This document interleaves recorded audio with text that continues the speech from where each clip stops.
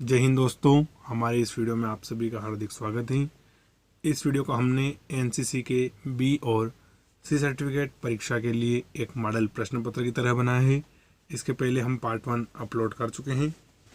यह हमारा पार्ट 2 होने वाला है। तो चलिए शुरू करते हैं। यहाँ तक हमने पिछले वीडियो में कवर कर लिया था। अब हमारा नेक्स्ट पार्ट चालू होने वाला है, जो कि है एडवेंचर एक्टिविटी। तो इसका हमारा पहला प्रश्न है, साहसिक प्रशिक्षण से एनसीसी कैडेट्स को क्या लाभ हैं? तो इसके उत्तर हैं, कैडेट में स्नेह उदारता की भावना का विकास करना। दूसरा है उसके शारीरिक उन्नति। तीसरा है कष्ट सहने का विकास, यानी कि कैडेट में सहनशीलता का विकास। चौथा है धैर्यवान और शील संपन्न और नेतृत्व का विकास करना। यही चारों प्रमुख लक्षण जो साहसिक गतिविधि करने से कैडेट के अंदर उत्पन्न होते हैं। हमारा अगला प्रश्न है, एनसीसी कैडेट को मुख्यतः कौन कौन से साहसिक क्रियाकलापों में भाग लेना चाहिए? तो इसका उत्तर है, पहला साइकिल अभियान, दूसरा है पर्वतारोहण अभियान, तीसरा है चट्टानों पर चढ़ना, चौथा है एडवेंचर स्पोर्ट्स, पांचवा है पैरासीलिंग, छठा है पैरा जंप। आज का हमारा तीसरा प्रश्न है, साइकिल एक्सपीडिशन के क्या उद्देश्य हैं?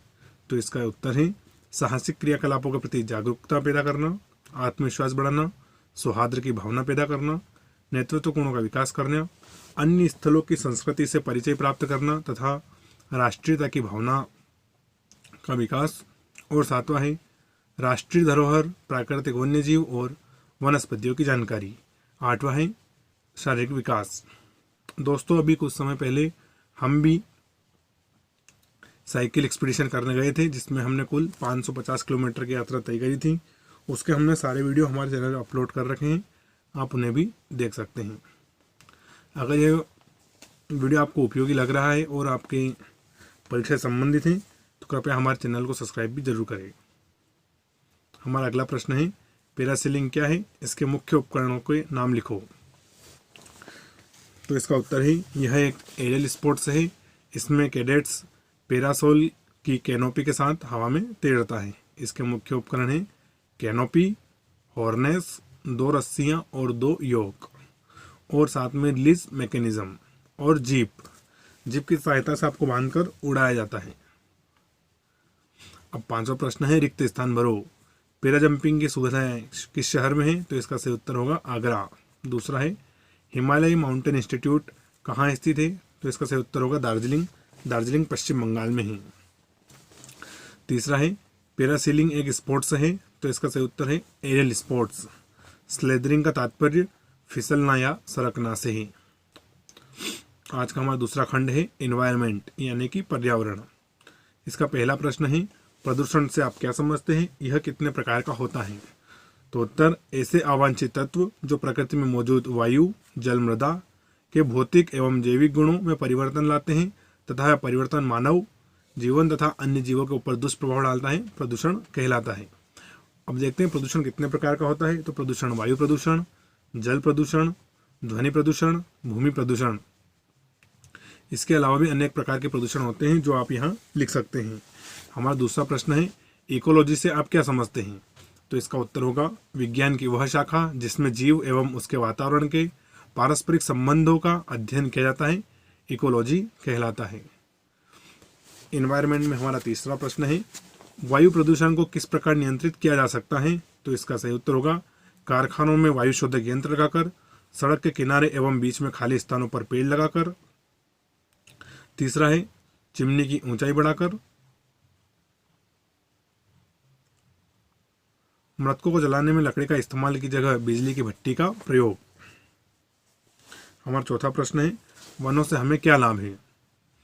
तो इसका उत्तर होगा, अगर वन अच्छी मात्रा में रहेंगे तो जलवायु में सुधार होगा, वन्यजीवों का संरक्षण होगा, भूमि कटाव में कमी, जड़ी बूटियों की प्राप्ति, पर्यावरण असंतुलन नहीं होगा, पर्यावरण संतुलन बना रहेगा, जल संरक्षण और भूताप में संतुलन, जैसे कि ग्लोबल वार्मिंग की समस्याएं यह ज़्यादा नहीं बढ़ेगी और वर्षा अच्छी होगी। पांचवा प्रश्न है, प्रदूषण को रोकने में एनसीसी कैडेट्स किस प्रकार अपना दायित्व पूरा कर सकते हैं? तो इसका उत्तर है, पर्यावरण के प्रदूषण के बारे में जनता को जागरूक करके, वृक्षारोपण करके, पॉलीथीन का इस्तेमाल न करके, अगर 5 किलोमीटर से कम दूरी में काम हो तो साइकिल का इस्तेमाल करके। दोस्तों मैं खुद अगर 5 किलोमीटर से कम दूरी होती है तो हमेशा साइकिल का ही इस्तेमाल करता हूँ। 5वां है अनावश्यक चल रहे बिजली पंखों आदि को बंद करके। हमारा 6ठा प्रश्न है रिक्त स्थान भरो। संतुलित पर्यावरण के लिए क्षेत्रफल में वन आवश्यक है, तो इसका सही उत्तर होगा 33%। दूसरा है बायोगैस में जलने के लिए उत्तरदायी है, तो वह है मीथेन। मीथेन को हम CH4 के माध्यम से दर्शाते हैं। तीसरा है वृक्ष दिन रात ऑक्सीजन देकर प्रदूषण से मुक्ति दिलाता है, तो इसका सही उत्तर होगा पीपल का वृक्ष। पीपल का वृक्ष ऐसा है जो 24 घंटे ऑक्सीजन रिड्यूस करता है। अगला प्रश्न है कार्बेट नेशनल पार्क स्थित है, तो इसका सही उत्तर होगा उत्तराखंड। पौधों को दीमक से बचाव हेतु की खली का प्रयोग किया जाता है, तो इसका सही उत्तर होगा नीम की खली का। तीसरा खंड आ गया है सेल्फ डिफेंस यानी कि आत्मरक्षा। इसमें हमारा पहला प्रश्न है निहत्थी लड़ाई से क्या तात्पर्य है। उत्तर निहत्थी लड़ाई का तात्पर्य है बिना हथियारों के दुश्मन से मुठभेड़ करना। जब आपके पास हथियार ना हो उस जगह में उपलब्ध अन्य चीजों को हथियार बनाकर उन चीजों से काम लड़ना एवं दुश्मन से लड़ाई लड़ना। दूसरा प्रश्न है निहत्थी लड़ाई में सफलता प्राप्त करने के लिए कौन कौन सी बातें आवश्यक हो, तो इसका उत्तर होगा शत्रु पर उस समय हमला करना जब वह बेखबर हो। दूसरा हमला फुर्ती से होना चाहिए। तीसरा हमले में पूरी ताकत लगानी चाहिए और अपना काम सफाई से करना चाहिए। 5वां लड़ाई में पहल करना और शत्रु को मौका दिए बिना लड़ाई को खत्म कर देना। हमारा तीसरा प्रश्न है शरीर के नर्म स्थानों को नाम लिखो, तो इसमें है आंखें, कान, कनपटी, मुंह, पेट, अंडकोश, पिंडलियां, गला, घुटने, रीढ़ की हड्डी और वक्ष भाग, जिसे हम रिब्स भी बोलते हैं। चौथा खंड आ गया है पोस्चर ट्रेनिंग। पोस्चर ट्रेनिंग का मतलब होता है आपकी बॉडी का पोस्चर यानी कि उसकी स्थिति। पहला प्रश्न है उचित पोस्चर से क्या लाभ है, तो इसका सही उत्तर होगा उचित पोस्चर से व्यक्ति में आत्मविश्वास, स्फूर्ति तथा उत्साह को उत्पन्न करता है। यह मानव के शारीरिक, सामाजिक एवं आर्थिक शक्तियों को भी दर्शाता है। दूसरा प्रश्न है पास्चर प्रशिक्षण का कैडेट के लिए क्या महत्व है, तो पास्चर प्रशिक्षण से हष्ट-पुष्ट शरीर, व्यक्तित्व तथा चरित्र के लिए उत्तरदायी है। कैडेट के लिए प्रशिक्षण महत्वपूर्ण है। प्रश्न तीसरा अनुचित पास्चर के क्या कारण हैं, तो इसका उत्तर होगा कुपोषण, अनियमित व्यायाम, तंग कपड़े, अनुचित ढंग से बैठने चलने के कारण। चौथा प्रश्न अनुचित पास्चर के कारण शरीर में कौन कौन से दोष उत्पन्न हो जाते हैं, तो पहला है कुबड़ निकल आना, दूसरा है कंधे की हड्डी आगे की ओर झुक जाना, घुटनों का मिलना, मेरुदंड में अकड़ आना, पैरों का चपटे होना। दोस्तों आपको पता होगा कि अगर आपके घुटने मिलते हैं या आपके पैर फ्लैट होते हैं तो आपको भारतीय थल सेना की परीक्षाओं से बाहर कर दिया जाता है। अगला महत्वपूर्ण और बहुत ही इंपॉर्टेंट पार्ट है मैप रीडिंग। मैप रीडिंग के बारे में आपको अवश्य सभी जानकारियां होनी चाहिए क्योंकि यह परीक्षा में निश्चित तौर पर आता है। तो इसमें हम पहले रिक्त स्थान देख लेते हैं। सर्विस प्रोटेक्टर मैप पर नापने के काम आता है, तो इसका सही उत्तर होगा डिग्री। सर्विस प्रोटेक्टर एक चौकोर आकार का होता है, आयताकार आकार का, जो प्राय हाथी दांत या लकड़ी या एल्यूमिनियम को बना होता है। दूसरा है हमारा दो स्परों के बीच दबी हुई जमीन को कहते हैं, तो इसका सही उत्तर होगा रिट्रेन। खाली हाथ से हम डिग्री तक नाप सकते हैं, तो खाली हाथ से हम 3 डिग्री से 19 डिग्री तक नाप सकते हैं। पांचवा है कंपास द्वारा पढ़ा जाने वाला दिशा कौन सा दिशा होता है, तो इसका सही उत्तर होगा चुंबकीय उत्तर या चुंबकीय दिशा। पांचवा रिक्त स्थान है नेविगेशन पार्टी में वह जवान जो सबसे पीछे होता है और कदमों की दूरी नापता है उसे कहते हैं, तो उसे चूना फीता वाला कहते हैं। उत्तर दिशा कितने प्रकार के होते हैं, उत्तर दिशा को ज्ञात करने की विधियां, तो इसका उत्तर है उत्तर दिशा 3 प्रकार की होती है, वास्तविक उत्तर दिशा, क्रीड उत्तर दिशा तथा चुंबकीय उत्तर दिशा। चुंबकीय उत्तर दिशा को ज्ञात करने की विधियां होती हैं कंपास द्वारा, कब्रिस्तान द्वारा, मानचित्र द्वारा, तारों के द्वारा, किसी पुराने लैंडमार्क जैसे बड़े पहाड़, किला या पेड़ द्वारा। तीसरा प्रश्न है कंपास के किन्हीं 7 हिस्से पुर्जों के नाम लिखो, तो इसमें पहला है टंग, दूसरा है ढक्कन, तीसरा है हेयर लाइन, 4 नंबर पर है डायल, 5वां है ग्लास विंडो, 6ठा है प्रिज्म, सातवां है स्क्रू। इसके अलावा भी कुछ पार्ट होते हैं दोस्तों जिन्हें आप आराम से याद कर सकते हैं। अब हमारा पांचवा प्रश्न है बैक बेरिंग याद करो। ये बहुत ही महत्वपूर्ण प्रश्न है और आपको हर कोई बैक बेरिंग के बारे में बताएगा भी नहीं। चलिए हम इसको देखते हैं। बैक बेरिंग प्राप्त करने के लिए आपको फॉरवर्ड बेरिंग में 180 डिग्री को जोड़ना है या घटाना है। तो आप कैसे जोड़ना है घटाना है देख लीजिए आप। यदि फॉरवर्ड बेरिंग 180 डिग्री से कम हो तो आपको उसमें 180 डिग्री जोड़ना है, या फॉरवर्ड बेरिंग अगर 180 डिग्री से ज़्यादा हो तो आपको उसको 180 डिग्री में से हटाना है या घटाना है। जैसे हमने कुछ एग्जाम्पल दे रखे हैं, ये आप देख सकते हैं। पांचवा प्रश्न है स्केल किसे कहते हैं, इसके प्रकार लिखो। तो इसका उत्तर होगा किसी मानचित्र पर दो स्थानों के मध्य की दूरी और धरातल पर उन्हीं दो स्थानों के मध्य की वास्तविक दूरी के अनुपात को स्केल कहते हैं। आपने मैप में देख रखा होगा कि नीचे स्केल बनी होती है कि 1 किलोमीटर बराबर 1 सेंटीमीटर, उसे ही स्केल कहते हैं। यह 3 प्रकार के होते हैं, कथन द्वारा, संख्यात्मक अनुपात द्वारा तथा रेखात्मक तत्व द्वारा। छठा है परिभाषाएं लिखो। इसमें पहली परिभाषा है कंटूर। मानचित्र पर भूरे रंग की पतली रेखाएं जो समुद्र तल से ऊंचाई वाले स्थानों को आपस में मिलाती हैं कंटूर कहलाती है। दूसरा है पठार। पहाड़ के ऊपर समतल भूमि को पठार कहते हैं। तीसरा है ग्रेडियंट। ग्रेडियंट उस भिन्नता को कहते हैं जो कंटूर रेखाओं के ऊर्ध्व अंतर और क्षैतिज दूरी के अनुपात से प्रकट होती है। चौथा है ग्रिड उत्तर। मानचित्र पर प्रदर्शित पूर्वी रेखाएं ऊपर की ओर से जिस दिशा की ओर संकेत करती हैं उसे ग्रिड कहते हैं। पांचवा है फॉरवर्ड बेरिंग। वह कौन होता है जो दर्शक के स्थित बिंदु पर घड़ी की सुई की दिशा में किसी भी उत्तर दिशा रेखा के दशक के स्थान को लक्ष्य में मिलाने वाली रेखा को हम फॉरवर्ड बेरिंग कहते हैं। आठवां प्रश्न है नाइट मार्च चार्ट बनाते समय किन किन बातों का ध्यान रखा जाता है। तो इसका उत्तर होगा चार्ट कोरे कागज पर बनाया जाता है। दूसरा है चार्ट से प्रदर्शित अंक, चिन्ह आदि को बड़े अक्षरों में तथा मोटी रेखाओं की शेडिंग करके बनाया जाता है जिससे वह धुंधली रोशनी में भी दिखाई पड़े। तीसरा है चार्ट बनाने में काली मुलायम पेंसिल का प्रयोग किया जाता है। पांचवा है दूरी गज या मीटरों में लिखी जाती है। दूरी गज या मीटरों में लिखी जाती है। छठा है दिशा सदैव चुंबकीय दिक्मान से अंकित की जाती है। पांचवा है पहुंचने के स्थान चार्ट के ऊपर तथा चलने का स्थान चार्ट के नीचे दिखलाया जाता है। आठवां प्रश्न है हमारा आज का मैप किसे कहते हैं। मैप को सेट करने की प्रक्रिया लिखो। तो इसका उत्तर होगा मैप कागज का वह टुकड़ा है जिस पर किसी निश्चित भूभाग को रूढ़ चिन्हों की सहायता से हूबहू दर्शाया जाता है, उसे मैप कहते हैं। अब मैप को सेट करने की प्रक्रिया देख लेते हैं। सबसे पहले मैप को जमीन पर रखें। कंपास को मैप की अक्षांश रेखा के ऊपर रखें। कंपास का एरो नॉर्थ की तरफ घुमाते रहें जब तक कि एरो का मार्क नॉर्थ की ओर ना पहुंच जाए। ऐसे आपको कंपास मैप पर सेट करना है। मैप 6 प्रकार के होते हैं।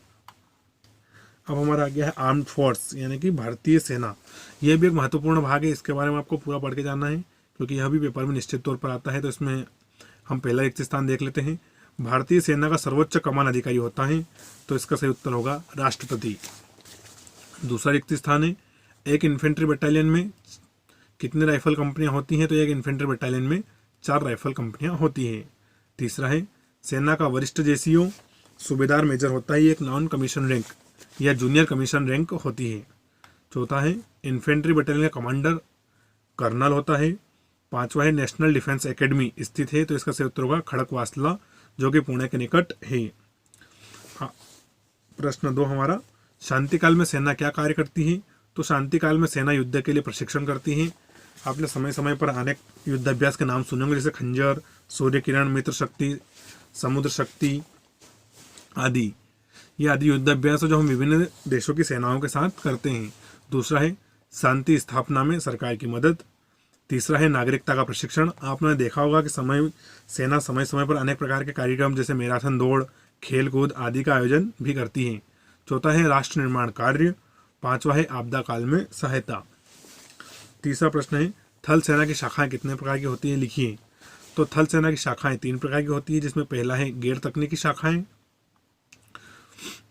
इसमें है इन्फेंट्री, आर्टिलरी और आर्मर्ड। दूसरी है तकनीकी शाखाएं, इसमें corps of engineer, corps of electrical and mechanical engineer. और तीसरी है प्रशासनिक एवं सहायक शाखाएं, जिसमें army service corps, army postal corps, army medical corps, remount and veterinary corps, army education corps, corps of military police CMP आदि शामिल हैं। हमारा चौथा प्रश्न है, युद्ध के उद्देश्य से पैदल सेना की बनावट होती है। तो सबसे पहले पैदल सेना का सेक्शन होता है, फिर प्लाटून होते हैं, company, battalion, brigade, division, core और सेनाएं। ये आपको इसी क्रम अनुसार याद करनी है। एक बार बता देता हूँ।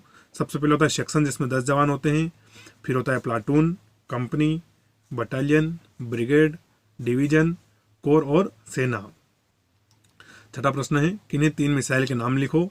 तो इसमें त्रिशूल, आकाश, ब्रह्मोस, इसके अलावा अग्नि, पृथ्वी, ऐसे बहुत सारे मिसाइल हैं जिनको आप आराम से याद कर सकते हैं। हमारा नेक्स्ट भाग है फील्ड इंजीनियरिंग। तो इसमें हम पहले रिक्त स्थान देखेंगे। तो हमारा पहला रिक्त स्थान है, फायर ट्रेंच की गहराई रखी जाती है। तो इसका सही उत्तर होगा 4.5 फीट। दूसरा है, माइन प्रकार के होते हैं। तो माइन 2 प्रकार के होते हैं। तीसरा प्रश्न है, तीसरा रिक्त स्थान, कटीले तार सामान्यतः डिफेंस पोस्ट से 80 से 100 मीटर आगे लगाए जाते हैं और बाधाएं 2 प्रकार की होती हैं। प्रश्न 2 है, अच्छी घाट की विशेषताएं लिखो।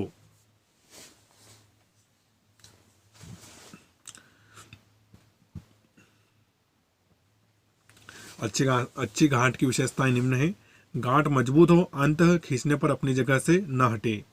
दूसरा है, गांठ कार्य के अनुकूल हो, जो सुगमता से लग जाए। तीसरा है, गांठ खुलने में सुगमता से खुल जाए। तीसरा है हमारा परिभाषाएं लिखो। पहली है फायर ट्रेंच, जमीन की सतह के नीचे 4 फीट 5 इंच गहरा और 2 फीट चौड़ा गड्ढा इस प्रकार खोदा जाता है जिसमें पोजीशन लेकर जवान अपने हथियार से फायर कर सकें और दुश्मन के फायर से अपना बचाव कर सके। इसे ही क्या कहते हैं, फायर ट्रेंच। दूसरा है बंकर। बंकर इस ढंग से खोदा जाता है जिससे दुश्मन के मोटार बम के टुकड़ों से बचा जा सके। इसमें छोटे सुराग बनाए जाते हैं जिससे दुश्मन के ऊपर फायर किया जा सके। बंकर गुप्त भी होते हैं। तीसरा है शेल्टर ट्रेंच। इसे फायर ट्रेंच या हथियार के गड्ढे के पास बनाते हैं। यह ट्रेंच के ऊपर से बस्ट सेल के फटने से बचाती हैं। इस ट्रेंच में सैनिक आराम भी करते हैं। चौथा है बारूदी सुरंग। बारूदी सुरंग एक भरा हुआ चार्ज है जिस पर तयशुदा वजन पड़ने पर या वजन हटने पर या खींचने पर वो फट जाता है। इसे माइन कहते हैं। हमारा 4th प्रश्न है, माइन फील्ड कितने प्रकार के होते हैं। तो माइन फील्ड 2 प्रकार के होते हैं। एक तो होता है प्रोटेक्टिव माइन फील्ड, दूसरा होता है डिफेंसिव माइन फील्ड, फिर होता है टेक्निकल माइन फील्ड और फिर होता है न्यू सेस माइन फील्ड। 5वां प्रश्न है, बाधाएं कितने प्रकार की होती हैं। तो इसका उत्तर होगा पैदल सेना बाधाएं। इसमें सुरंग वायरलेस बाधाएं, कांटेदार बाढ़ तथा प्राकृतिक बाधा जैसे दलदल, नदी, खाई, पहाड़ियां आदि। अब दूसरा है वाहन तथा टैंक की बाधाएं। इसमें बख्तरबंद वाहन शामिल हैं। इसमें प्राकृतिक बाधाएं तथा बनावटी बाधाएं भी शामिल हैं। 6वां प्रश्न है, माइन ब्रेक करने के लिए कौन सी पार्टियां होती है लिखो। तो सेटिंग आउट पार्टी, फिर बेसिक ब्रेक पार्टी, फिर होती है पोलिंग पार्टी और फिर होती है मार्किंग पार्टी, रिपेयर पार्टी। अब आ गए हम फील्ड क्राफ्ट और बैटल क्राफ्ट में, यानी कि FCBC। तो इसमें हमारा पहला प्रश्न है, किन कारणों से चीज़ें दिखाई पड़ती हैं। तो चीज़ें हमें 7 कारणों से दिखाई देती हैं। पहला है आकार। बहुत सी वस्तुएं अपनी विशेषता या विशेष आकार से पहचानी जाती हैं, विशेष रूप से जब वे आसपास की वस्तुओं से भिन्न हो। जैसे स्टील हेलमेट अपनी गोल आकृति के कारण दूर से ही पहचान में आ जाता है। दूसरा है हमारा चमक। किसी वस्तु की या मनुष्य के शरीर के किसी अंग की हो परंतु यह तुरंत आपको आकर्षित करती है, जैसे केप बैज की चमक दूर से ही दिखाई देती है। तीसरा है छाया। किसी वस्तु की धूप या पानी में पड़ने वाली छाया की तरफ ध्यान तुरंत आकर्षित होता है, भले ही वस्तु आंख से न दिखाई दे रही हो। तीसरा है सतह।